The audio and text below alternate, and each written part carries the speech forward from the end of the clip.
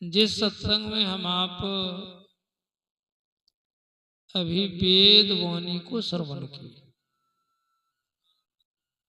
वेद वाणी ही सृष्टि की सबसे पहली वाणी, इससे पहले का कुछ नहीं हुआ।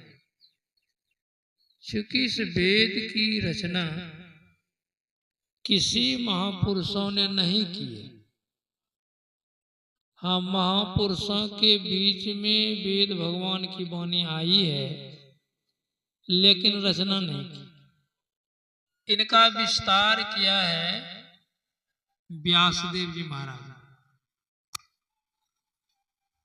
पहले वेद एक था और इसको 4 भागों में विभक्त किया, जिसका नाम है ऋग्वेद, सामवेद, यजुर्वेद और अथर्ववेद। इस चारों वेद में 1,00,000 मंत्र है। उन 1,00,000 मंत्रों में से 80,000 कर्मकांडात्मक मंत्र, इसे कर्मकांड होता है। श्राद्ध आदि जो हम लोग करते हैं ये वेद के अंतर्गत ही आते। 16,000 उपासनात्मक मंत्र, इस मंत्र के द्वारा हम लोग पूजा पाठ करते हैं। और 4,000 मंत्र ज्ञानमयी मंत्र है, जिनसे जीव का परम कल्याण होता है। इस सारे सृष्टि का सारा कार्यक्रम वेद के अंदर में समाया हुआ, वेद से बाहर एक भी नहीं। उन वेद मंत्रों में से हम लोग पहले मंत्र में क्या सुना? सामवेद का मंत्र है कि हे मनुष्यों, किसको संबोधन कर रहे हैं? मनुष्य। जब परमात्मा की सृष्टि सारी है, सब चीज को परमात्मा ने ही बनाया है, तो फिर मानव मात्र को उपदेश क्यों? सबको करना चाहिए, लेकिन नहीं किया। बड़ी सोचनीय बात। रामचरितमानस में लिखा गया है, पढ़े लिखे लोग पढ़िएगा, जो पढ़ी लिखी माँ बहन नहीं है, भाई नहीं, सुनिए। 7वें सोपान उत्तरकांड में एक प्रसंग है, सब मम प्रिय सब मम उपजाए, सबते अधिक मनुज मोहि भाए, तिन में द्विज द्विज में सुरतिधारी। मतलब ये सारी सृष्टि परमात्मा कह रहे हैं मुझे प्रिय है, सब मम प्रिय। क्यों प्रिय है? तो सबको मैंने उपजाया। आप लोग संतान पैदा करते हैं तो संतान से प्रेम है कि नहीं? कौन ऐसा माँ बाप है जो पुत्र से प्रेम नहीं करता? उसी तरह से सारी संतान परमात्मा की है, उन्होंने प्रसव किया है, उपजाया है, निर्माण किया है, इसलिए वो कह रहे। लेकिन यहां वर्गीकरण कर रहे हैं, सबते अधिक मनोजमयी भाई। इस सब में से मनुष्य मुझे प्यारा है। मनुष्य का अर्थ था मनुष्य। कारण आप ही का कई एक पुत्र है, 4-5 पुत्र है। आप किसी को बेसी या कम मानते हैं कि नहीं मानते हैं? सही सही बोलिए। क्या है? जब सब आप ही का बेटा है, 5 है या 4, तो फिर किसी को ज्यादा क्यों मानते? कुछ कारण होगा ना, कुछ खासियत है या आपकी बात मानता होगा, आपकी सेवा करता होगा, नहीं याद करने पर उसको याद हो जाता। तो उसी तरह से इसलिए कहते हैं अधिक प्यारा है। इस शरीर के अंतर्गत परमात्मा ने परमात्मा प्राप्ति का मार्ग निहित किया है। मनुष्य शरीर के अलावा किसी शरीर में परमात्मा प्राप्ति का मार्ग निहित नहीं है। देवता भी इसी सृष्टि के अंतर्गत, देवता के भी शरीर में नहीं है। इसलिए केवल मनुष्य के बारे में कह रहा है, हे मनुष्यों, लेकिन मनुष्य में कोई प्रभेद कर रहा है। कहना चाहिए वेद भगवान वाले, हे उच्च जाति वालों, हे निम्न जाति वालों, हे धनवानों, हे गरीबों, हे विद्वानों, हे अनपढ़ों, हे पुरुषों, हे स्त्रियों, ऐसा कुछ कहा? कुछ नहीं कहा। क्या कहा?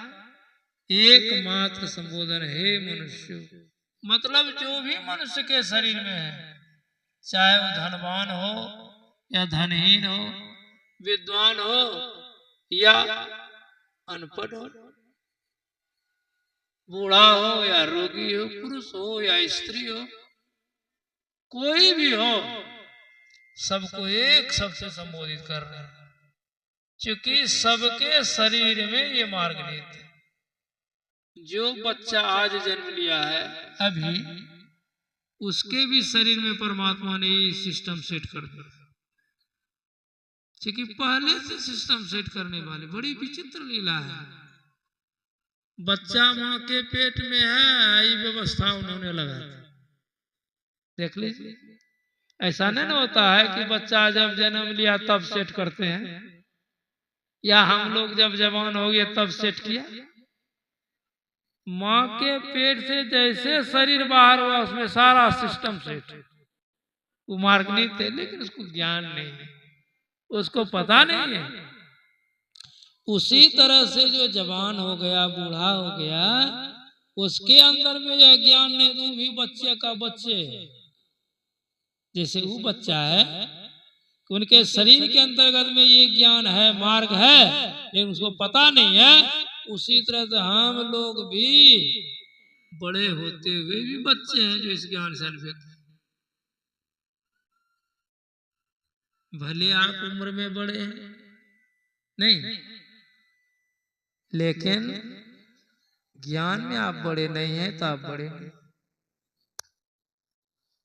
भगवान बुद्ध जाते थे मंच पर, तो सबको वत्स कहते थे। वत्स मतलब बच्चा। लोगों के मन में होता है 60 या 80, दाढ़ी पाल पक गया, दांत टूट गया, ये बच्चे है, ये बच्चा कैसे भाई? भगवान बुद्धि लगता कुछ कहने का ढंग अलग है। बच्चा का मतलब वो जो इस ज्ञान से अनभिज्ञ है, भले बूढ़ा है, बूढ़ी है, मरने की तैयारी है, लेकिन उसके सामने वो बच्चा है, बच्चा है। इसलिए इस ज्ञान को प्राप्त करना पड़ेगा।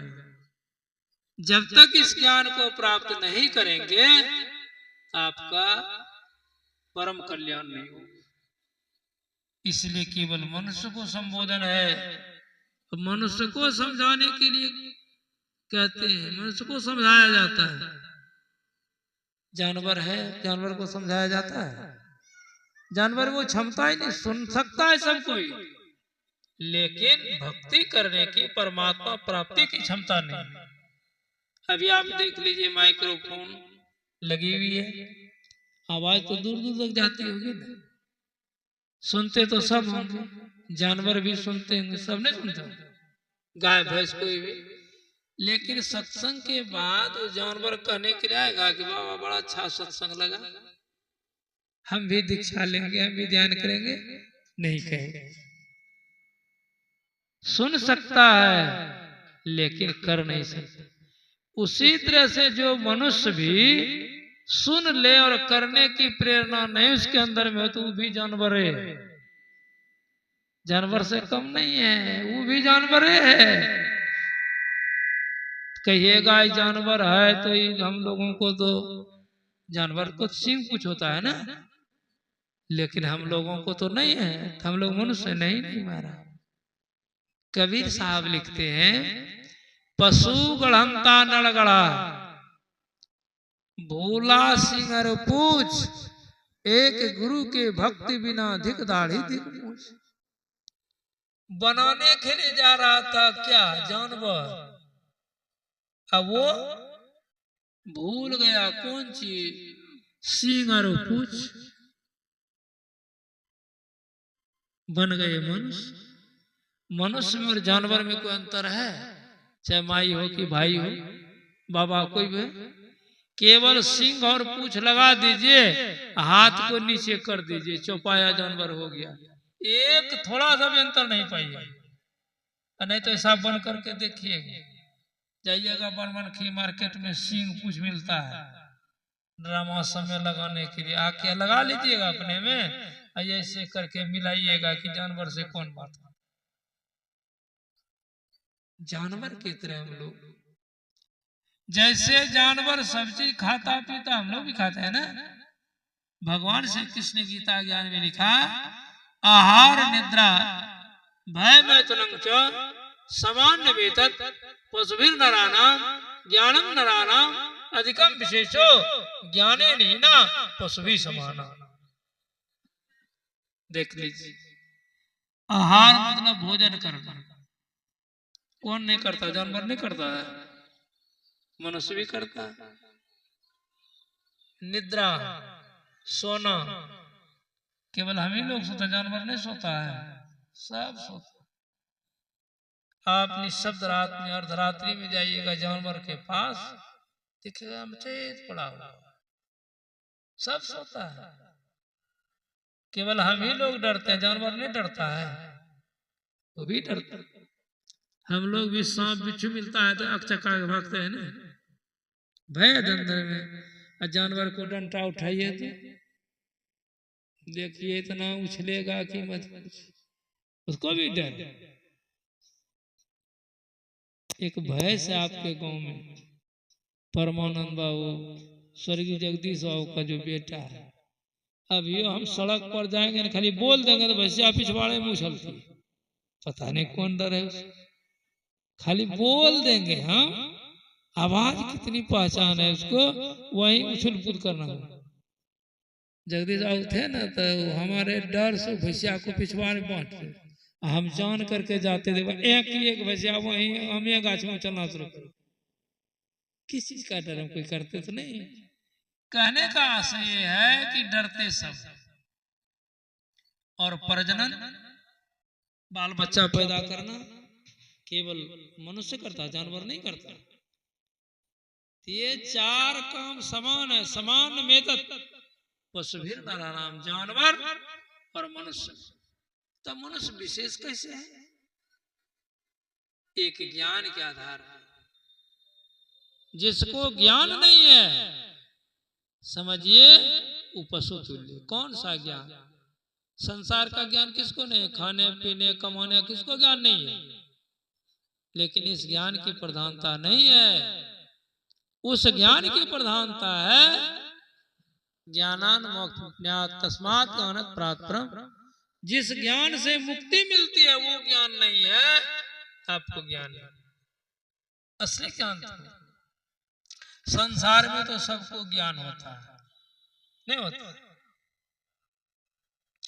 जिसको जितना ज्ञान होता है वो उतना सुखी है।